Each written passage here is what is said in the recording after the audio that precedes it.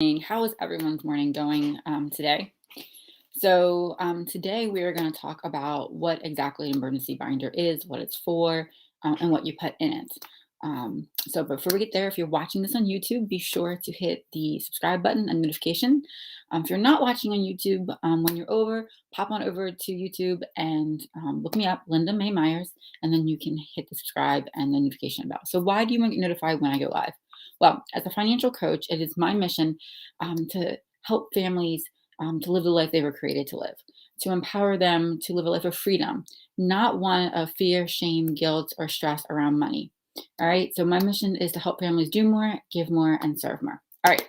So, today we're talking about the emergency binder.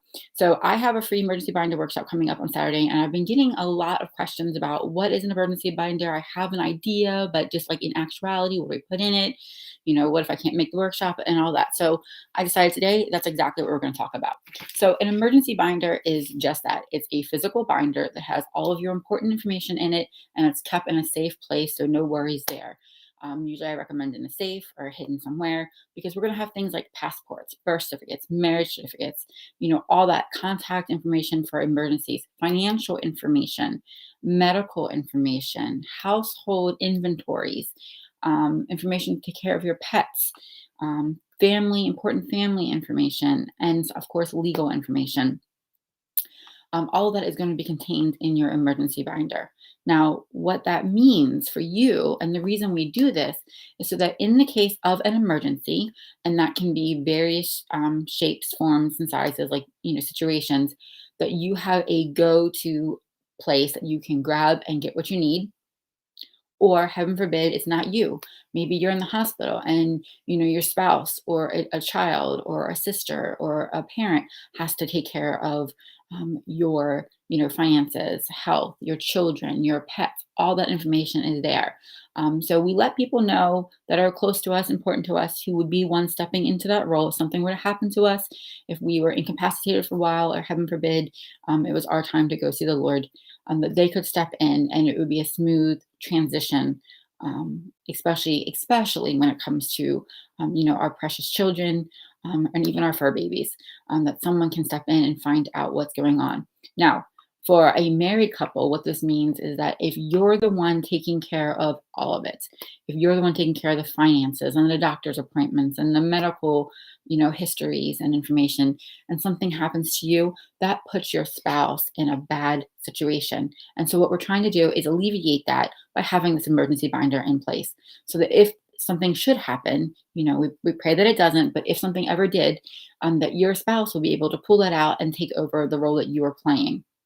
You'll have all the information in there to walk them through, the budget, the insurance, the finances, medical wishes, your children, your pets, because, I stay home, I work from home.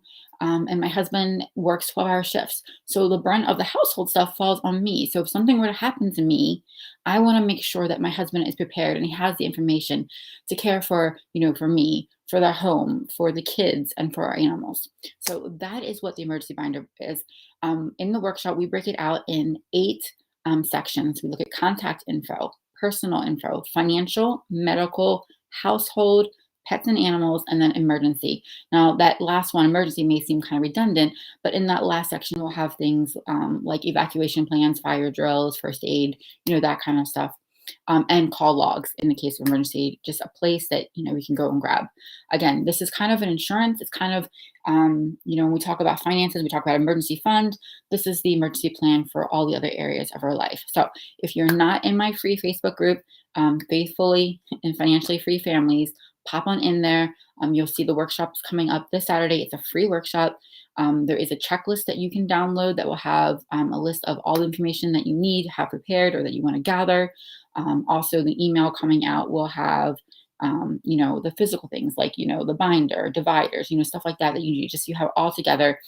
Now, the workshop is this Saturday at 10 a.m. It's free, like I said. If you can't make it, that will be stored, it will be recorded and stored in the Facebook group as well. But I encourage you, if you can, to attend live because then you can get your questions answered, and then you can just kind of walk through with us, and it's that set time. Because how many of us, me included, have a to-do list or things that we meant to do and we never get around to doing it? Well, this is important. This is for your family. So set that time aside. If you can't make it Saturday, just make sure you set a time aside and that you do it. So that's all I have for today. If you have any questions about the emergency binder, reach out, comment, let me know. Great. I look forward to seeing you there too. So, um, if you have any questions, let me know. And we will see you on Saturday. I'll be back tomorrow with another message on how your family can become faithfully and financially free. All right, guys.